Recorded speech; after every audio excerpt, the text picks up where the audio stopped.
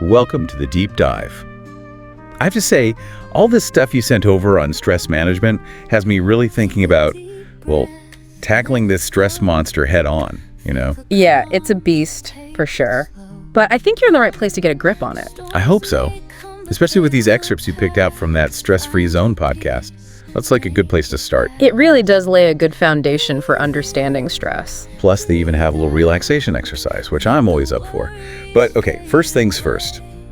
They say that a little stress can actually be a good thing. I'm kind of confused by that. It sounds counterintuitive, right? But think of it this way. Imagine a challenge, like a presentation at work, or even just a tough conversation you need to have. A bit of stress can really sharpen your focus, get that adrenaline going, helps you kind of rise to the occasion. So it's kind of like a built-in motivator, in a way. Exactly. It gives you that extra push. Okay, but then where's the line? Yeah. Between that helpful stress and the kind that makes you want to, tear your hair out. Well, that's the million-dollar question, isn't it? Because when that stress becomes chronic, when it's just constant and overwhelming, that's when it really starts to wear us down. And that's when we need to pay attention. Okay, so how do we even know when we've crossed that line?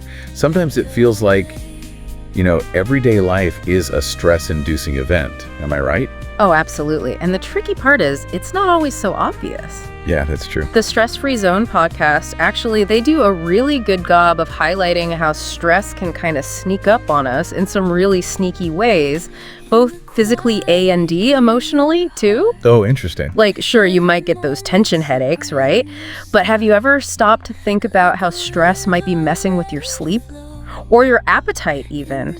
Or even your ability to concentrate? That's a good point. It can manifest in all sorts of ways. Yeah, I've definitely noticed that. Like when I'm stressed, I get super irritable. Is that a common thing? Absolutely. Irritability, mood swings, that feeling of being overwhelmed, or just constantly on edge, those are all pretty classic signs that stress might be taking over. Okay, so we know the signs, we know it can be sneaky.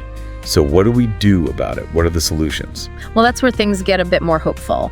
Luckily, the Stress-Free Zone podcast, they offer five key tips for managing stress. And I'd love to kind of unpack those with you. What do you think? Yeah, absolutely. Let's dive in. Okay, so first up, deep breathing. Ooh, I've tried that before, but I'm never sure if I'm doing it right or how it even works. Really, it seems almost too simple. I know, right? But don't underestimate the power of simple things. Deep breathing is really all about tapping into your body's natural relaxation response. Okay. Think about what happens when you are stressed, right? Your heart rate goes up, your breathing gets all shallow and rapid, your muscles tense up. Yeah, all of that. Taking those deep, slow breaths can actually reverse those physical changes. So it's like hitting the brakes on that runaway stress train. Exactly. Whoa, slow down. But how does that actually work, biologically? What's going on there?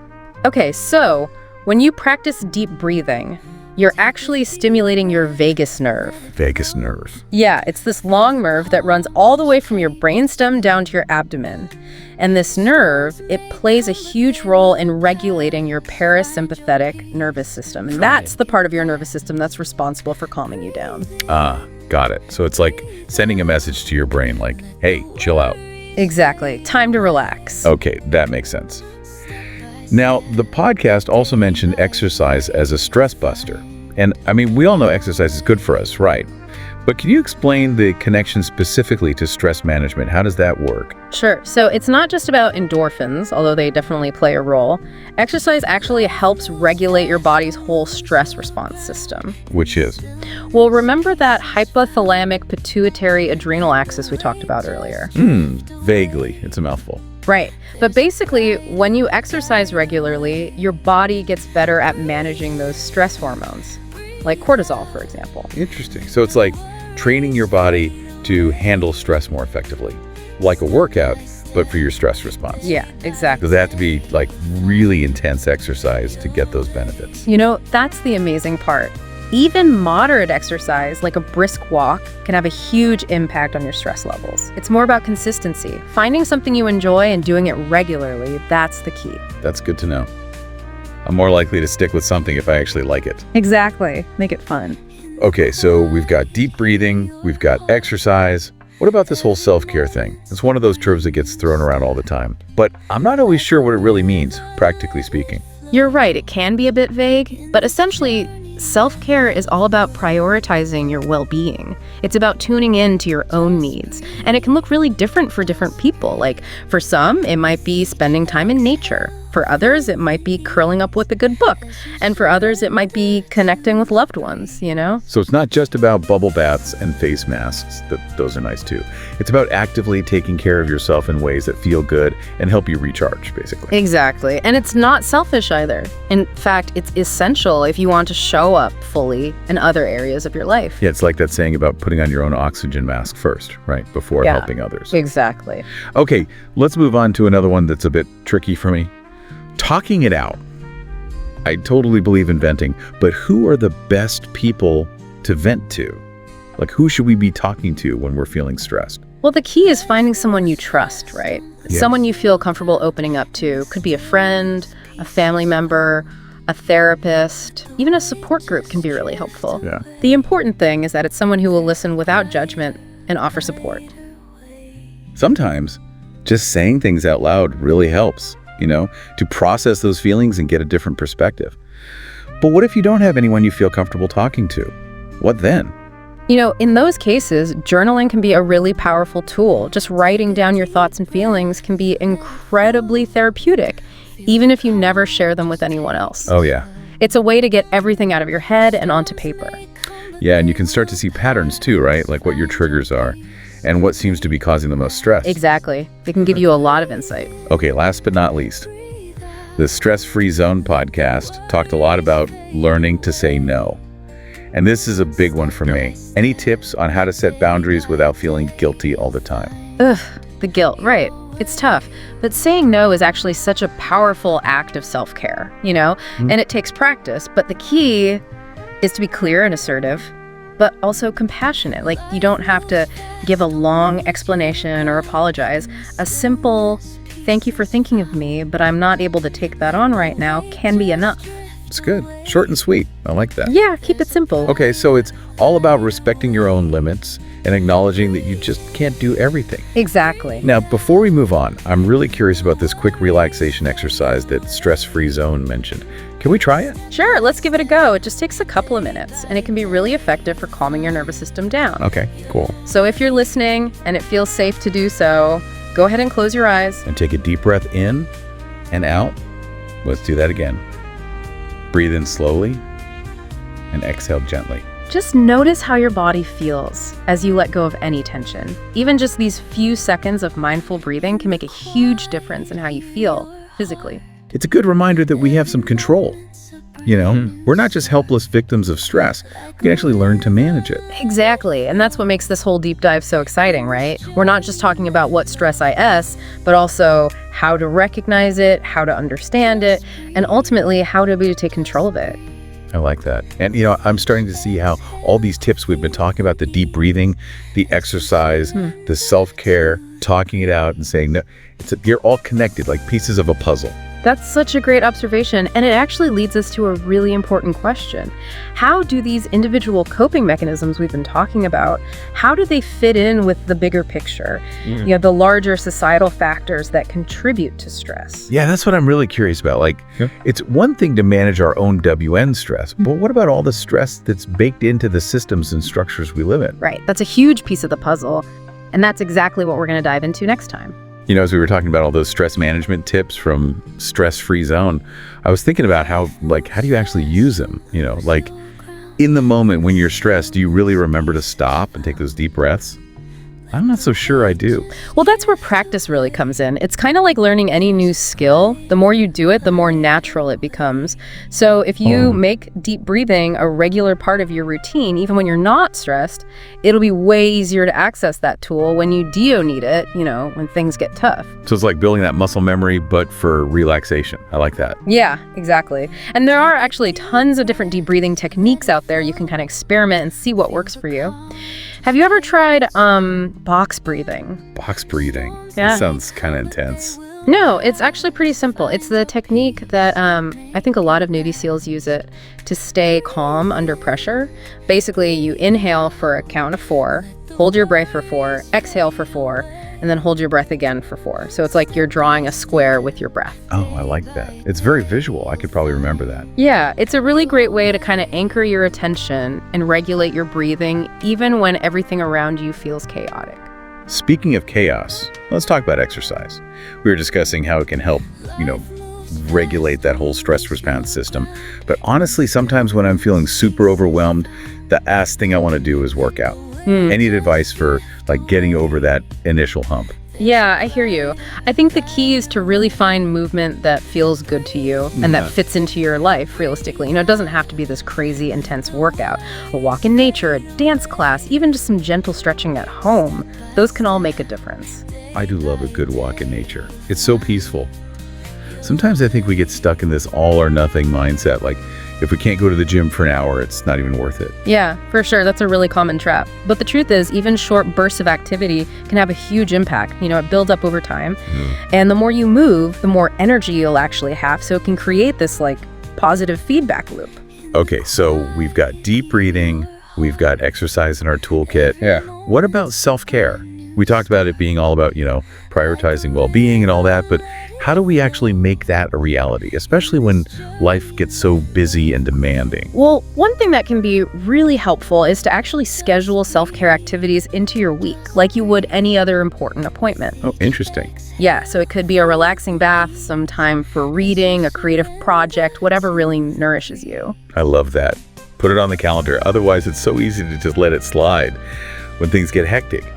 But if it's a non-negotiable appointment with yourself. Right, exactly. And even those micro self-care practices throughout the day can be really powerful. It's just a 5-minute meditation break, or enjoying a cup of tea mindfully, even a quick stretch. These little things can really add up and make a big difference in how you feel overall. It's like little deposits in your emotional bank account. Yes. Perfect analogy. Okay, and then the last tip we talked about from Stress-Free Zone was learning to say no. And I think for a lot of people, setting boundaries is really, really tough, especially in the workplace. Any advice for navigating those tricky situations? It can be so hard, but I think it's really important to remember that saying no isn't selfish. It's actually a way to protect your time and your energy so that you can show up more fully for the things that really matter to you, Yeah, that's a good way to look at it. It's about choosing your yeses carefully. Yeah. But how do you actually say no gracefully? Especially if you're dealing with a really demanding boss or a colleague who just won't take no for an answer. I think the key is to be really clear and direct. You don't have to give a long explanation or apologize profusely. Sometimes a simple, "I appreciate you asking, but I'm not able to take that on right now," can be enough. Yeah, and if you need a minute to think, it's totally okay to say, "Let me check my schedule and get back to you." Exactly. That gives you a little breathing room to really assess your bandwidth and respond thoughtfully instead of just feeling pressured to say yes on the spot. Okay, so we've been talking a lot about these individual coping mechanisms, and they're all super important, no doubt. But I'm also really interested in those bigger picture societal factors you mentioned earlier. How do those play into our experience of stress, on a larger scale? That's such a good question, and I think it's something that often gets overlooked. We tend to view stress as this personal problem, but it's also deeply intertwined with the systems and structures that we live in. So things like economic inequality or political instability or social injustice, all of that can contribute to a sort of collective sense of stress. Absolutely. I mean, if you're constantly worried about making ends meet, or you don't feel safe in your community, or you're facing discrimination, those are huge chronic stressors. They can really take a toll on your well-being, on a deep level. Yeah, it's like this underlying hum of anxiety that just permeates everything. Exactly. And these societal factors can also make it harder to access the resources and support systems that we need to cope effectively. So, someone who's living in poverty might not have the same opportunities for self-care or access to mental health services as someone who's more financially secure. Exactly. And that's why it's so crucial to address those systemic issues. If we want to create a society where everyone can actually thrive and feel well. It's like trying to put out a fire while someone's pouring gaseline on it. Yeah. You have to tackle those root causes. Such a good analogy. And while, advocating for those bigger systemic changes is super important, there are also things we can do on a more individual level to create a more supportive and less stressful environment, right? Like what kinds of things? Even small acts of kindness and compassion can go a long way. Like checking in on a neighbor who's struggling, offering to help a colleague who seems overwhelmed, or just listening with empathy, All of that can create this ripple effect of positivity. I love that. It's a good reminder that we're all connected, and even the little things can make a difference. Yeah, and those connections are so vital for building resilience, too. When we feel supported, like we're part of a community, we're so much better equipped to deal with life's challenges, the ups and downs. That makes me think about how, loneliness and social isolation are such a huge problem these days, especially with technology and social media. Yeah, it's so ironic, right? We're more connected than ever technologically, but so many people are feeling lonely and disconnected. And those feelings of isolation, they can just make stress so much worse. They can really impact our mental and physical health. So maybe part of the solution to this whole stress epidemic is to rediscover the power of human connection. Like to really prioritize face-to-face interactions, build strong communities, and remember that we're not alone in this. We're all in this together. I think that's a really powerful insight. It's not about, ditching technology altogether, but about using it in ways that actually enhance our connections instead of isolating us. It's about finding that balance between our digital lives and our real-life relationships. It's all about balance, isn't it? Yeah. Well, we've covered a lot of ground in this part of our deep dive. From those practical tips to these big societal factors, it's been quite a journey. And I feel like I have a much better understanding of stress and how to manage it. At least I hope so. I think so too. And remember, it's a journey, this whole well-being thing, It's ongoing. There will be times when stress feels overwhelming, absolutely. But by developing that toolkit of strategies, nurturing your connections, and just embracing a more holistic perspective, you can navigate those challenges. You really can. And create a life that feels meaningful and fulfilling. And if we can learn from other cultures and find inspiration in their approaches to well-being, that's even better. It's a good reminder that there's not just one right way to do this thing called life, Yeah. There are many paths to happiness and health. That's so true. I love that. The key is to find what works for you. Be kind to yourself. And remember, you're not alone on this journey. Yeah. We're all figuring it out together. That's a great note to end on. So I guess that means it's time to move on to the final part of our deep dive. I can't wait to see what other insights we uncover.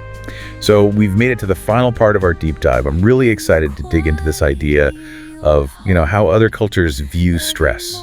It's something I've always been curious about. Yeah, me too. It's fascinating how different cultures have such unique perspectives on stress and well-being. And honestly, I think there's a lot we can learn from those different approaches. For sure. Like I was reading somewhere that in some cultures, expressing your emotions really openly is seen as a healthy way to process stress. Whereas in other cultures, it's more about being stoic, keeping things bottled up. Do you think that makes a difference in how people actually cope? Oh, absolutely. I mean, if you grow up in a culture where showing your feelings is seen as a weakness, you might be less likely to reach out for support when you're struggling, right? Or to even talk about what you're going through. And that can lead to, feeling really isolated and overwhelmed. Right. It's like there are these unspoken rules about what's okay to share and what you should just keep to yourself. And that can have a big impact on how we deal with stress. Definitely. And it goes beyond just emotional expression, too. Different cultures have different values around work-life balance, the importance of community, even how they view time itself. Oh, yeah, that's interesting. Can you give me an example? Sure. Have you heard of the concept of mañana in some Latin American cultures? Vaguely. Isn't that like procrastination? Well, it can be seen that way, yeah. But it can also be a way of prioritizing relationships and enjoying the present moment over, strict schedules and deadlines. And that perspective can actually be really refreshing, especially in a culture like ours that's so fast-paced and achievement-oriented. Yeah, that's a good point. It shows how those cultural norms can really shape how we even perceive what's stressful in the first place. Exactly. And it highlights how important it is to be, culturally sensitive, to recognize that there are many different ways of coping with stress. And what works for one person in our culture might not work for another. Right. It's not about finding this one-size-fits-all solution, but more about exploring different approaches and figuring out what resonates with you based on your own needs and your own background. Totally. And I think exploring all these different cultural perspectives can help us move beyond this, purely individualistic view of stress management that we tend to have here in the West, What do you mean by that? Well, we often focus so much on those individual coping mechanisms, right? The deep breathing, the exercise, the self-care, which are all super important, don't get me wrong. But we sometimes forget about the role of community and social support.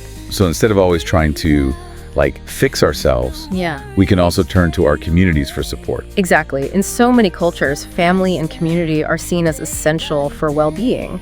Like there's this collective responsibility for each other's well-being, which provides this huge buffer against stress. It really does take a village, doesn't it? We're not meant to go through these tough times alone. No, we're not. And that sense of belonging, that connection, it can be so protective. Studies have shown that people who have strong social connections, they tend to be more resilient in the face of stress and challenges. That's so interesting. And it makes me think about how, in our society, loneliness and social isolation are becoming more and more common, especially with all the technology and social media. It's true. It's kind of ironic, right? We're more connected than ever technologically, but so many people are feeling lonely and disconnected. Yeah. And that isolation can just fuel stress and make everything feel worse. So maybe, just maybe, a big part of addressing this whole stress epidemic is rediscovering that human connection, like really making an effort to prioritize those face-to-face interactions, to build strong communities, and just remember that we're all in this together, right? I think that's a beautiful way to put it. And it's not about ditching technology altogether, but maybe about using it more mindfully in ways that enhance our connections instead of isolating us. It all comes back to that balance, right? Well, we've covered a lot of ground in this deep dive, from practical tips to societal factors to cultural perspectives. It's been quite a journey, and I feel like I've learned so much. Thank you for sharing all of this with me and with our listeners. It's been my pleasure, truly. And remember, everyone, this whole well-being journey, it's ongoing. Be kind to yourselves, be patient, and don't be afraid to reach out for support when you need it. That's such great advice. And on that note, we're going to wrap up this deep dive. Thanks for listening, everyone. Remember to breathe, take care of yourselves, and keep diving deeper.